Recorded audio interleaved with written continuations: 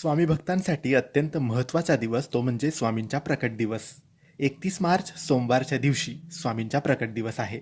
म्हणून हा दिवस कोणत्याही स्वामी भक्तांनी, स्वामी सेवेकऱ्यांनी विसरायचा नाही आणि चुकवायचं नाही.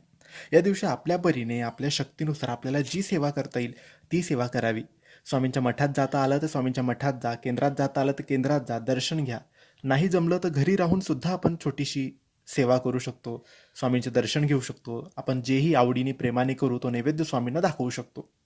आता एक मंत्र हा तुम्ही मठात जाऊन बोलू शकतात, केंद्रात जाऊन बोलू शकतात किंवा घरी राहून स्वामींच्या समोर बसून या मंत्राचा जप एक माळ करू शकतात. हा मंत्र म्हणजे ओम श्री अक्कलकोट स्वामी समर्थाय नमः. ओम श्री अक्कलकोट स्वामी समर्थाय नमः. या मंत्राचा जप एक माळ करा. स्वामी नक्की प्रसन्न होतील. तुमच्या सर्व इच्छा, सर्व मनोकामना पूर्ण करतील. श्री स्वामी समर्थ.